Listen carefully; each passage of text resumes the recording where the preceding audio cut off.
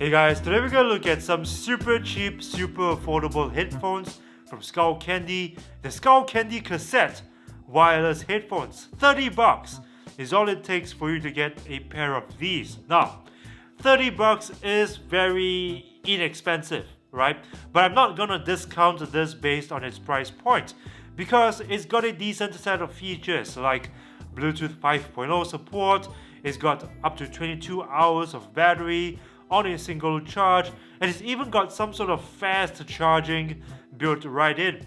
You charge it for 10 minutes, it gives you 2.5 hours of juice. So right now I'm gonna open this up. Let's see if there are any pleasant surprises in store for me in terms of build quality, microphone quality, sound quality, and all that.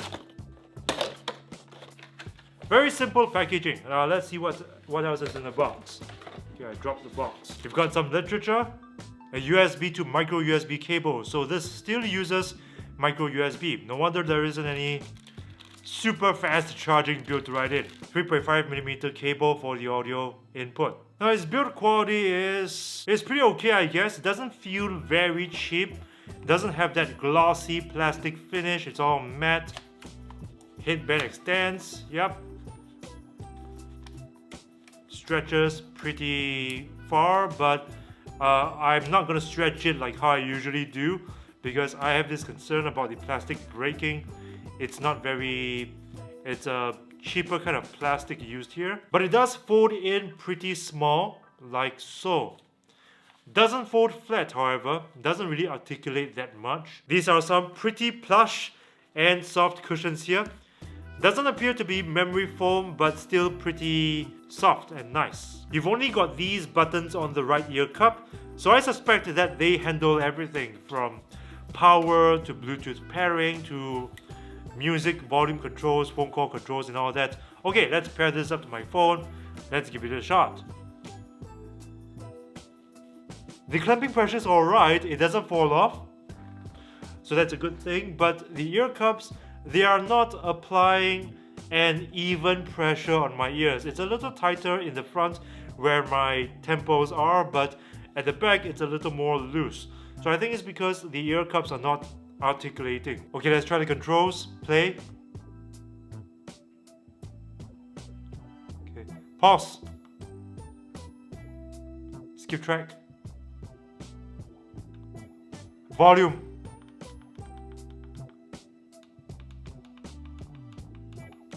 Voice assistant.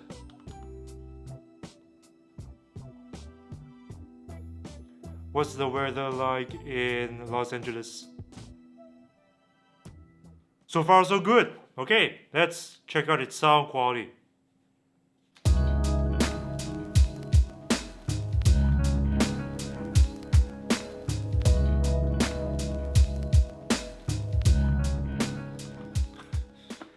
I know what kind of sound signature they are going for here.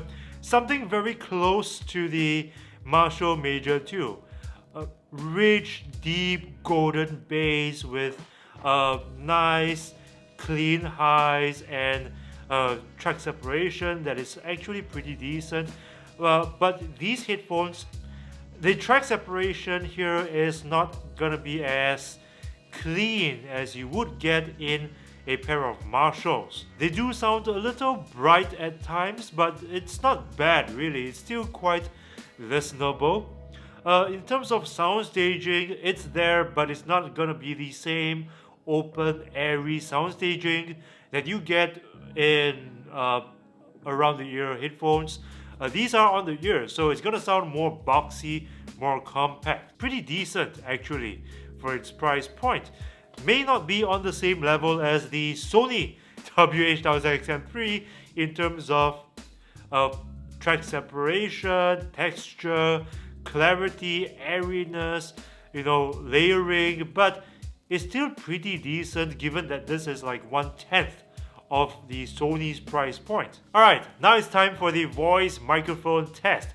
Now I'm gonna be very cheeky and use the Sony WH-1000XM3 as a benchmark to these headphones. 10 times more expensive than the Skullcandy cassette. Is it gonna be 10 times better at voice microphone?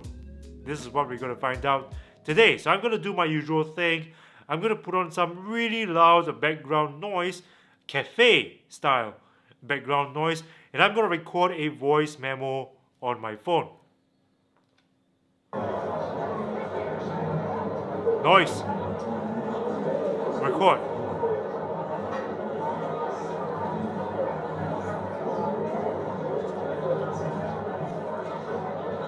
The quick brown fox jumps over the lazy dog.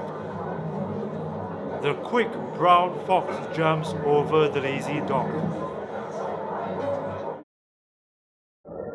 The quick brown fox jumps over the lazy dog. The quick brown fox jumps over the lazy dog. The quick brown fox jumps over the lazy dog. The quick brown fox jumps over the lazy dog. The quick brown fox jumps over the lazy dog. The quick brown fox jumps over the lazy dog.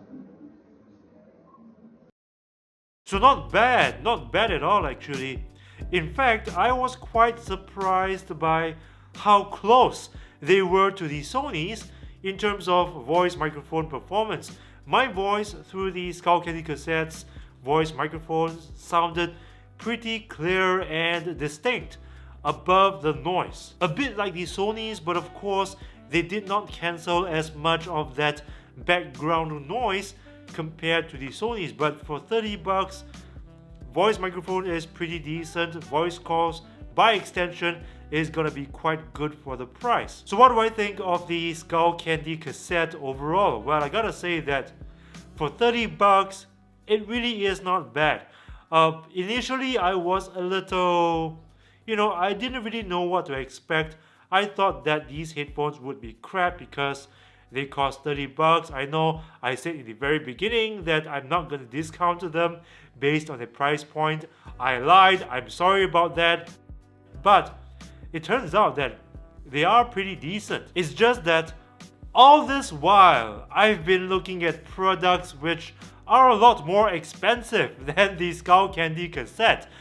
Case in point, the Master and Dynamic MW65, 499 bucks.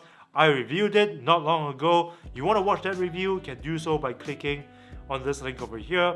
But it turns out that this is actually a pretty decent product for its price point of 30 bucks. Build quality, pretty decent, not as good as the more expensive models, but decent enough. Its sound quality, it's got bass. Okay, it's got bass. I'm a bass head, so that works for me. Voice microphone quality, very close to that of more expensive models, like the Sony WH-1000XM3. So in all, as a package for 30 bucks, it's pretty decent really. But of course, even at this price point, there are some things about them which can be improved. Like, for example, the fit. I know its clamping pressure is not too tight, it is not too loose, it's quite okay, but like I said, the clamp is not applied evenly across my ear. It's tighter in the front than it is at the back, and that can affect noise isolation. So if Skullcandy can make the cassette's ear cups more articulating rather than just like this, it'll be great really for fit. And its codec support is also very limited. Now it's a good thing that this supports Bluetooth 5.0, but it only supports SBC codec, which is like the bare minimum codec for any Bluetooth device. No AAC, no aptX. Of course, I wouldn't really expect anything that costs 30 bucks to have aptX support, but AAC is a different story, and it will make a lot of people happy, people who use iOS devices, because for iOS device users it means lower audio to video latency and better sound quality. But overall, at $30 US, the Skullcandy cassette is pretty decent for the price. It's not overly fantastic, it's pretty bare basic, but it gets the job done. And if that's what you're looking for, these are it. So that's it for today. Thank you guys for watching, and I hope you enjoyed this video. And if you did like this video, please punch that like button with a vengeance, share this video with your friends, subscribe to this channel if you haven't already, and remember to ring the bell to join my notification squad, because I upload new videos every single week, and this is the only way YouTube will notify you. Of course, please check in YouTube settings if notifications is enabled, because if notifications is disabled, YouTube will not send you any notifications even if you've rung the bell. So be sure to do all that, and I'll see you again in the... Yeah, you know what I'm about to do next. I'm about to ask you a very important question, and that is, are you a humble person? Because if you're a humble person like me, this shirt is a great way to show your friends how humble you really are. And whenever you look in the mirror to admire yourself, of course, it will also help to remind you to always be humble. So guys, this is a pretty fun shirt to wear. You can check it out in the link below. It's available in t-shirt, tank top, and hoodie. Your purchase helps keep this channel going, and I appreciate your support, bros.